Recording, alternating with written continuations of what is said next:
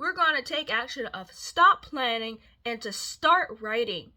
And we're going to talk about some common things that take place during the beginning stages of the writing process and how we can get out of that to start writing on the go. Please hit that like button, subscribe, comment below for more creative content on this channel.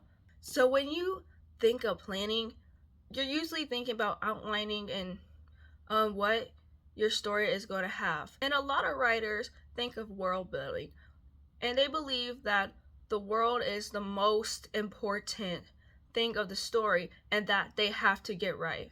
But let me tell you something. It's not. That's not what everyone's going to pay attention to. If you have a broad world, it could be like so original and something no one never heard of, but if you are like kind of info dumping on it, like everyone would just want to skip from there to get to the main part of the story. So you can have a great world but have poor characters. The characters that are living within the world and that they're going to go through like the upbringings, the troubles, the tribulations, and etc. And if your characters are not able to like get somewhere in this world that you created, it's going to feel like they don't fit in or they don't belong. You want your characters to feel like the world that they live in is actually the world that they live in. We shouldn't be stuck on world building because that can take a long time and that could avoid you from writing. So instead of spending so much time on your world, maybe you can start writing out some key things about it and maybe get a good idea of some of the characteristics that are in your world, and that will get you in the writing process much faster. Having a clear vision is so vital. Why? Because it gives you that direct path of where your story's going. And without a clear vision, it's gonna like feel cluttered and scrambled. It's like you're like trying different things, but what if it doesn't work out and all that stuff? So a clear vision helps you get into the story with a mindset wanting to dive deeper into the story. And this can go through a lot of things like world building, the characters, plot, etc. Expands what you want your story to be about. Sometimes you might have to summarize your writing. And what do I mean by that? So if you don't want to plan out your story or outline it, and you want to get into the writing right away, I would say summarize your scenes. And summarizing your scenes will help you have a good idea of what you want to have in that particular moment of the story. And it can really help you actually get writing, avoid writer's block, and avoid you from sitting down in a chair just thinking about what could happen. And you could already be like writing what should happen. And also summarizing scenes is different from outlining. You're writing down what you want from your story, and it doesn't have to be like a certain length. It can be like maybe a paragraph summary or something, and then you'll most likely expand on that later. Maybe you write like a few words that describes like what's going to happen in that scene or something, and it's like based on different parts, and you can like divide it in many different pieces. We're not talking about outlining, we're talking about summarizing, and summarizing our writing. And even if we don't have it right there then and there, at least we have something to work with. And it's good having something to work with. In the planning, you're trying to brainstorm everything onto a piece of paper or a computer or whatever you have to access some type of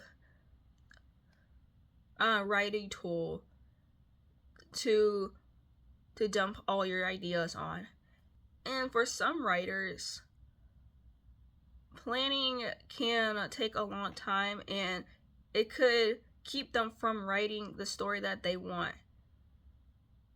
So summarizing your scenes can be a way to help you get into the writing mood and hopefully continue that way. But what if all that doesn't work? Well, maybe reading previous chapters could give you some context. I know for me, whenever I'm trying to get to writing, if I don't want to plan, I usually read previous chapters. It gives me a good idea of what I could write next. And when I get to that chapter or even that scene, I could have a good idea, like, maybe the characters should do this or the characters should do that. And reading back can really help get in the character's head and what they might do in certain situations. And even if you had to go to the very beginning, it's okay. Take the time that you need. But whenever you're doing that, start thinking about what your character is going to do later in the story. But if you can't think about what to write about your story, maybe do some creative writing prompts, like just get some a head start in writing. And maybe it's like not part of your story, but at least writing something down would keep you from like just sitting for hours and hours, probably in writer's block, trying to figure out what you want to write for your story. And there's times that and there's definitely times that happens. And writer's block happens to everyone.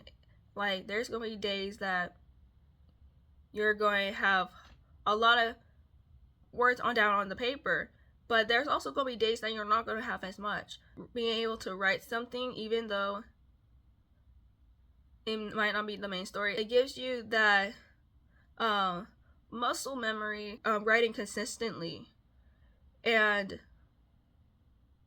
sometimes you might have to like sidetrack to something else to actually get back to writing your main story. But maybe you could just brain dump what's on your mind. You could just like some certain items that is really important to your story, like maybe brain dump that, or just write it down, like what's on your mind, and just writing it down, just writing continuously, like it just gets you in that writing mood and that feeling that you want to write.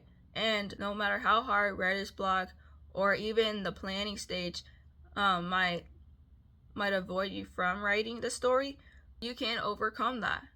And no matter what idea comes to mind, whether it's big or small, begin writing it without giving it second thought.